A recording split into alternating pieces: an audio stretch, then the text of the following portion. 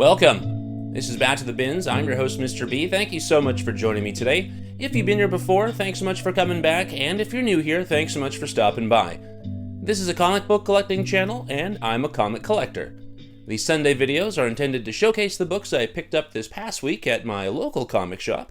I've got a pull list, so I'm pretty familiar with what's happening in comics today.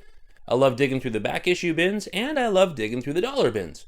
So, if that sounds interesting to you, and you'd like to join me on my journey back to the bins, why don't you take a look over here, and I'll show you what I picked up. Alright, and like I said, these are the books I picked up this past week at my local comic shop, 204 Comics in Winnipeg. And as per usual, we start in alphabetical order, and that takes us to DC Comics.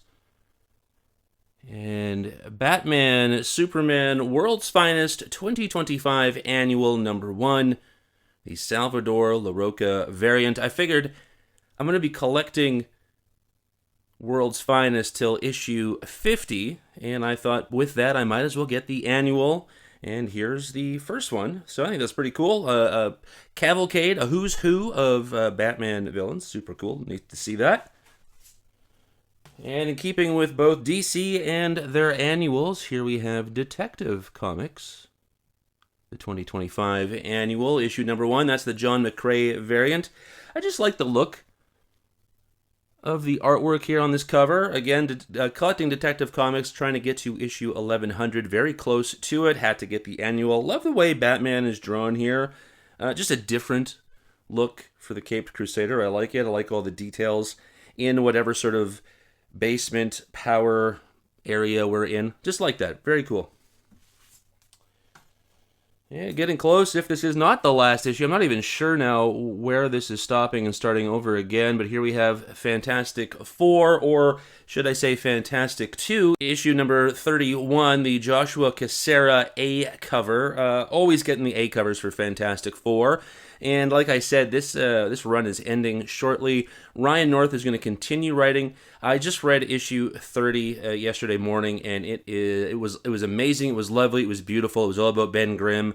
Ryan North is doing magical things with this particular run and this particular series. So worth getting the trades. Worth finding back issues. And I guess because he's continuing, once we start over again, worth getting still because he is just doing amazing things with the first family of comics. And of course, for every Fantastic Four issue, there is a wonderful variant cover. And in keeping with our theme, this is issue 31, the Chris Giarrusso Marvel Universe wraparound connecting variant. Really love these. Absolutely fun. I'd love to see a cartoon like this. What else can I say? And through the wonders of modern television, we flip it over and take a look at the backside of this wraparound variant, and we see that it is good, awesome, and fun. Absolutely love these. I don't know how many more I've got coming, but I love that they've been doing such a huge run of these Chris Giarrusso connecting wraparound variants. Super awesome. All right, over to the independent section of your comic book store or your LCS. Here we have, again, G.I. Joe, A Real American Hero, Silent Missions, Duke, number 1. That's the Jorge Fornes variant. This is the final issue for this little series of Silent Tales. Looking forward to reading this, or at least looking at the pictures and finding out the story. I loved getting these. Still haven't gotten to the first one yet, Beachhead. That's probably 2 or 3 issues away yet in my to-read pile. So, yeah, getting these every week was awesome, but also really put me behind on trying to get through these this title. But love this, love G.I. Joe, super cool. Oh, yes, we had one of these a couple of weeks back, but this was a fun one. I really loved the cover design here. This is Godzilla vs. Spider-Man, issue number 1, the Lee Garbett Versus variant. In that classic sort of boxing match style, the old web slinger is going to take on Godzilla, the wall crawler and the king of monsters. One will fall. Looking forward to reading that. Seen some reviews that were favorable. Also saw some reviews that weren't so favorable. So I'll let you know what I think about it. And we'll see how this whole series of one-offs go. There's still an Avengers one and an X-Men one. But a fun idea, and Godzilla is such a classic monster. Great to incorporate it every once in a while with our favorite Marvel superheroes. It's one of my favorite minis of the year, or of the last year, I guess. Because I think this got released in 2024. But this is Hell Hunters issue number 5, the Jonas Scharf A cover. Again, final issue.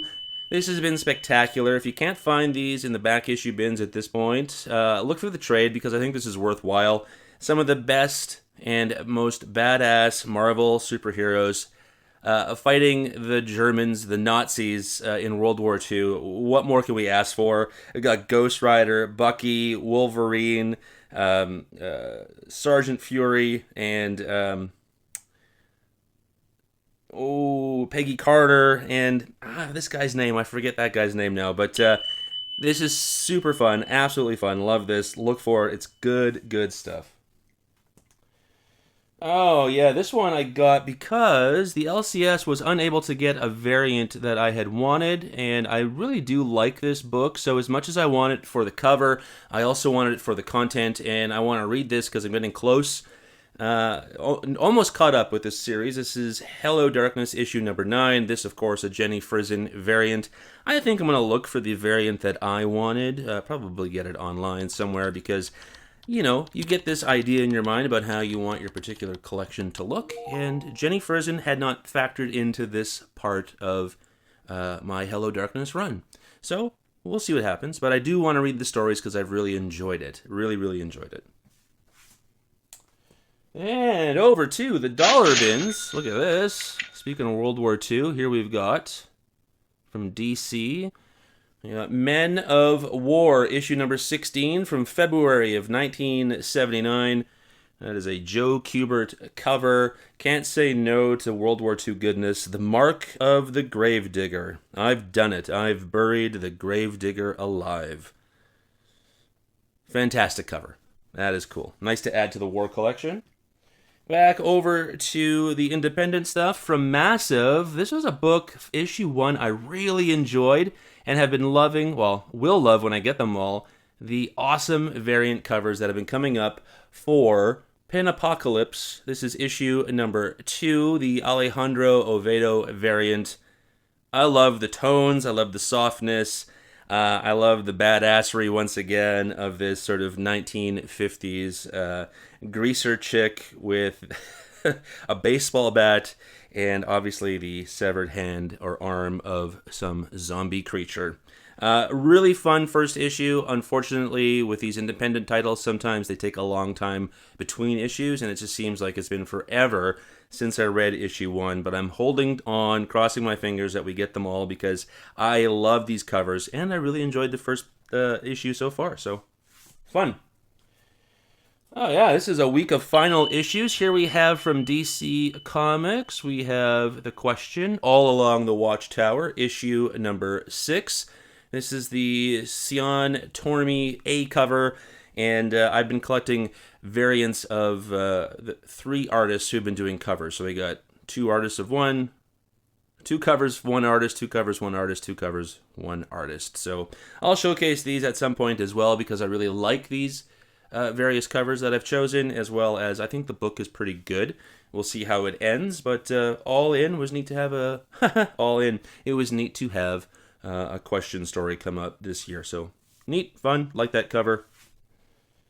It was nice to find this over in the dollar bin. It is very rolled over, which is probably why it didn't make it into the back issue bins, but I'll never say no to some Sergeant Fury and his Halloween Commandos. This is issue number 84 from November of 1970. It's got a great Dick Ayers cover. Again, can't say no to Sergeant Fury or his Howling Commandos. So cool. The Devil's Disciples. The 60s, the 70s were a whole other time for comics. Love it. Back over to the indies, where we have the classic Something is Killing the Children, the most recent issue. This is issue number 41, the Werther Del Adera A cover. Yeah, these two have been taking their time coming to us, but we know that that's the case with Something is Killing the Children. Everybody loves it. I particularly love this cover. I think this was a really cool, really nice A cover. I love the car, and of course that classic Del Adera artwork just looks fantastic. So yeah, very cool. Here's a surprise for me. I've really enjoyed reading this. This is Star Wars: The Rise of Skywalker, issue number 3. This is the Ramon Rosanas variant. And I think what I like about this is that it has eliminated some of the cheese that the actors brought. It's also quickened the pace of the story a little bit, which I never really thought of this particular movie being slow, but I guess I just overall just really didn't like it that much. So this has brought sort of a new light to it, and I've really enjoyed the first couple of issues. So I'm looking forward to finishing the series to see how it treats the remainder of the film. So worthwhile, and I'll love these covers too. A lot of cool stuff with these covers. Speaking of cool covers, probably one of my favorites, and I would say contender for cover of the year, no doubt. This is Ultimate Spider-Man issue number 16, the Gerardo Sandoval Ultimate Special variant. I failed to get one that had shown up a few months ago through obviously the FOC, and I should have, because I believe the entire Sinister Six is going to be done by Sandoval, so maybe I'll look for one of those online, or maybe in the back issue bin at some point if the LCS has one. Super, super nice. Love these colors, that background color of yellow against the purple of Mysterio's outfit. Stellar. Love that. And of course, only to be topped by a variant cover. This is Ultimate Spider-Man once again, issue number 16. This is the Michael Walsh variant. Of course, here we have Black Suit Spidey, and it is beautiful. Honestly, doesn't that look fantastic? Definitely contender for cover of the year. I'm going to turn it this way just so we can get a better look at Spidey. Again, the perception, that's what I really love about a lot of the artwork lately. Guys have been doing some fun stuff with how our web crawlers are placed, and that is absolutely beautiful. Well, that's everything, folks. So hopefully you enjoyed that. And how about we get back to the real world, shall we? Well, that was a great stack of books. Hopefully you enjoyed what you saw. And if you did, why don't you like, comment, and subscribe? It really helps to build the channel, and I'd love to develop a community of people who just really love comics. Thank you so much for joining me today. May the Force be with you. And as always, comics are good.